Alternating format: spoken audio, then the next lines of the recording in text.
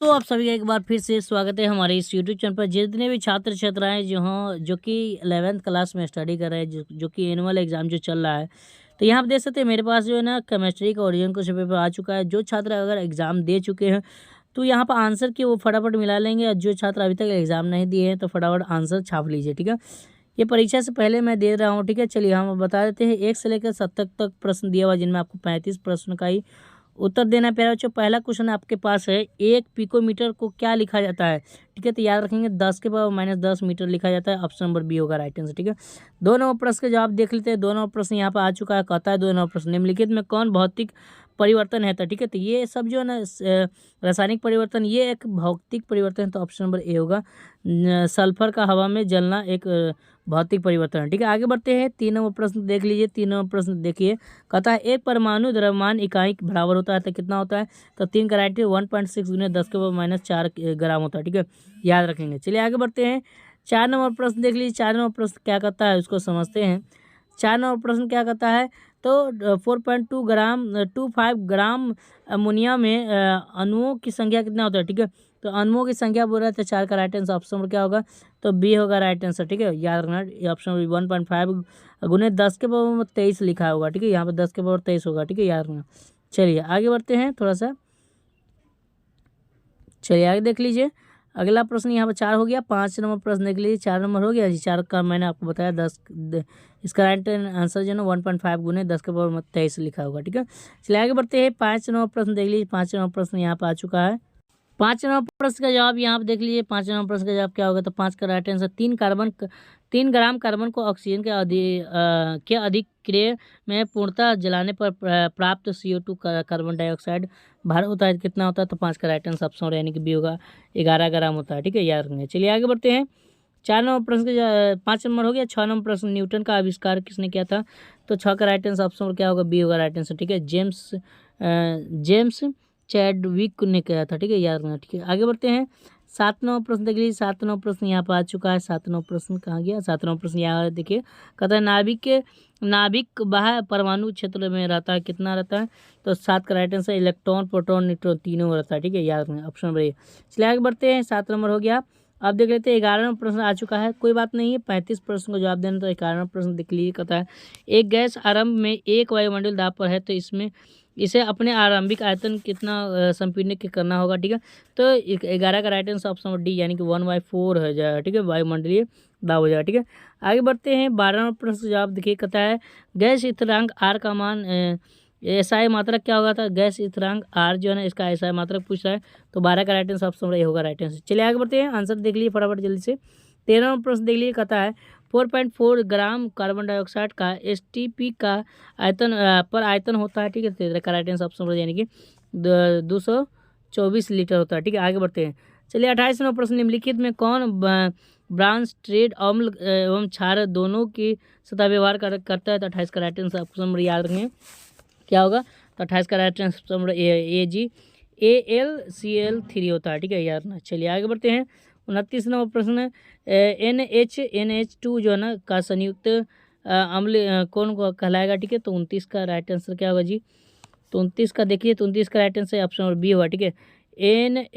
NH2OH होता है, ठीक है। याद रखना।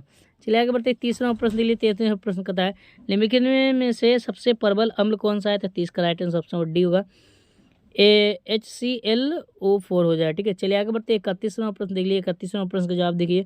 कहता है निम्नलिखित में कौन रेडॉक्स अभिक्रिया है, तो 31 का राइट आंसर ऑप्शन बी होगा, ठीक है। याद रखना रेडॉक्स अभिक्रिया बोला है, तो 31 का राइट आंसर ऑप्शन बी होगा सही आंसर, ठीक है। चलिए आगे बढ़ते हैं। 39वां प्रश्न देख लीजिए। कहता है निम्नलिखित में किस धन का आयतन सबसे छोटा होता है, तो 39 नंबर प्रश्न का जवाब जो है ना ऑप्शन नंबर क्या होगा जी, डी होगा राइट आंसर, ठीक है। याद रखना AL3 हो जाएगा, ठीक है। चलिए आगे बढ़ते हैं। 40वां प्रश्न है निम्नलिखित में कौन एक ही आवर्त के सदस्य है, तो एक ही आवर्त के सदस्य कौन, तो 40 का right answer option D FCL और BR होगा, ठीक है। चलिए आगे बढ़ते हैं। 41वां प्रश्न है वैद्युत संयोजक बंधन बनता है, ठीक है। तो 41 का राइट आंसर ऑप्शन सी उदासीन अणुओं के बीच बनता है, तैयार रखना। चलिए आगे बढ़ते हैं। 42वां प्रश्न निम्नलिखित में कौन एक रैखिक है, ठीक है। तो इसमें कौन एक रैखिक है, तो इसका आंसर क्या होगा, 42 का राइट आंसर बोलिए। 42 का राइट आंसर क्या होगा, 42 का राइट आंसर जल्दी से बताइए। तो यहाँ पर जो ना SO2 हो जाएगा सही, ठीक है। चलिए आगे बढ़ते हैं। 43 नंबर प्रश्न हो गया, 42 हो गया नहीं 42, 42 के बाद 44 है ना। चलिए कोई बात नहीं, 44 नंबर प्रश्न देख लीजिए। 44 नंबर प्रश्न का जवाब क्या होगा? 43 का ए लिख लीजिएगा, ठीक है। 44 क्वेश्चन छूट गया है। चलिए निम्नलिखित में कौन किसमें हाइड्रोजन बंधन नहीं होता है? तो 44 का राइट आंसर ऑप्शन डी होगा राइट आंसर, ठीक है। चलिए आगे बढ़ते हैं। 45 नंबर प्रश्न कहता है द्रव ऑक्सीजन अणु में आयुमित इलेक्ट्रॉनों की संख्या कितना होता है? 45 का राइट आंसर ऑप्शन डी होगा राइट आंसर, ठीक है। चलिए आगे बढ़ते हैं। 45 हो गया। आप देख लीजिए 46 नंबर प्रश्न कहता है ट्राइटियम निम्नलिखित में किसका समस्थानिक है? तो 46 का राइट आंसर ऑप्शन डी होगा, ठीक है। टेंटेलम हो जाएगा, ठीक है। चलिए आगे बढ़ते हैं। 35 नंबर प्रश्न दिल्ली निम्नलिखित में कौन ऑक्सीकारक एवं अवकारक दोनों कार्य करता है? तो 35 का राइट आंसर ऑप्शन बी होगा राइट आंसर, ठीक है।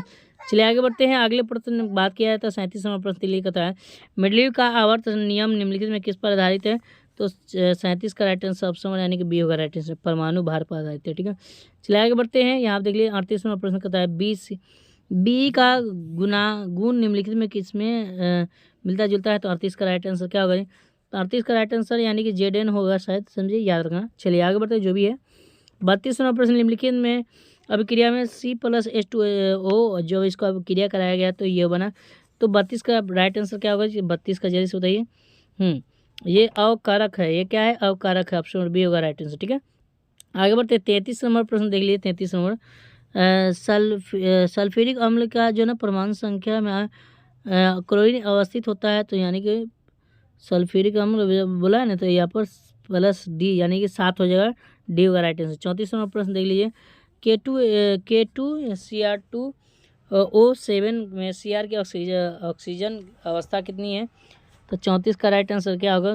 Cr2 6 हो जाएगा सही आंसर, ठीक है। चलिए आगे बढ़ते हैं। 34 हो गया। अब देख लेते हैं 25 नंबर प्रश्न कहता है 10⁻4 NaOH घोल में pH मान कितना होता है? 25 का राइट आंसर ऑप्शन यानी कि ए होगा राइट आंसर, ठीक है। याद रखना 4 होगा। चलिए आगे बढ़ते हैं। 26 नंबर प्रश्न देख लीजिए। कहता है किसी दुर्बल अम्ल जिसका विघटन स्थिरांक इतना दिया हुआ है तो इसका मान क्या होगा? तो 26 का राइट आंसर ऑप्शन यानी कि सी होगा राइट आंसर, ठीक है। चलिए आगे बढ़ते हैं। 26 हो गया। 27 नंबर देख लीजिए। 27 नंबर प्रश्न निम्नलिखित में कौन लेविस अम्ल नहीं है? तो 27 का राइट आंसर ऑप्शन सी होगा राइट आंसर, ठीक है। चलिए आगे बढ़ते हैं। 28 नंबर प्रश्न देख लीजिए। 28 नंबर प्रश्न क्या आता है? 21 नंबर आ चुका है, चलिए कोई बात नहीं। कम दाब निम्नलिखित किस अभिक्रिया के अनुकूल है? तो 21 का राइट आंसर ऑप्शन यानी कि क्या होगा? तो बी होगा राइट आंसर, ठीक है, याद रखना। चलिए आगे बढ़ते हैं। 22 नंबर प्रश्न देख लीजिए। 22 नंबर चलिए कोई बात नहीं दिख रहा है। 27 नंबर देख लीजिए। कहता है निम्नलिखित में कौन लेविस अम्ल है? तो मैंने आपको बताया 27 का right answer option number C होगा, ये तो मैंने बता चुका, ठीक है। चलिए आगे बढ़ते हैं। आप थोड़ा देख लेते हैं। 22 नंबर प्रश्न यहाँ आ चुका है। निम्नलिखित में किस अभिक्रिया में Kp के बराबर Kc होता है? ठीक है, तो 22 का राइट आंसर ऑप्शन यानी क्या होगा? तो ऑप्शन नंबर ए होगा राइट आंसर। चलिए आगे बढ़ते हैं। 22 हो गया। 23 नंबर प्रश्न देख लीजिए। 23 नंबर का यदि अभिक्रिया 2AB एरो हो जाता है 2A2 प्लस में B2 स्थिरांक में दिया हुआ तो इसका मान क्या होगा? ठीक है, तो 23 का राइट आंसर क्या होगा जी? 23 का राइट आंसर ऑप्शन यानी कि सी होगा राइट आंसर। ठीक है, ऑप्शन क्या होगा? सी होगा राइट आंसर। चलिए आगे बढ़ते हैं। हो गया 23 और देख लेते हैं 24 नंबर प्रश्न। 2 लीटर वाले फ्लास्क में HI के 64 ग्राम सक्रिय होता है तो 24 का राइट आंसर ऑप्शन बी होगा राइट आंसर। चलिए आगे बढ़ते हैं। तो इस तरह से मैंने आपको 35 से ज़्यादा प्रश्न करा दिया हूँ। 35 का जवाब देना था। फिर मिलते हैं नेक्स्ट वीडियो, तो उसको धन्यवाद।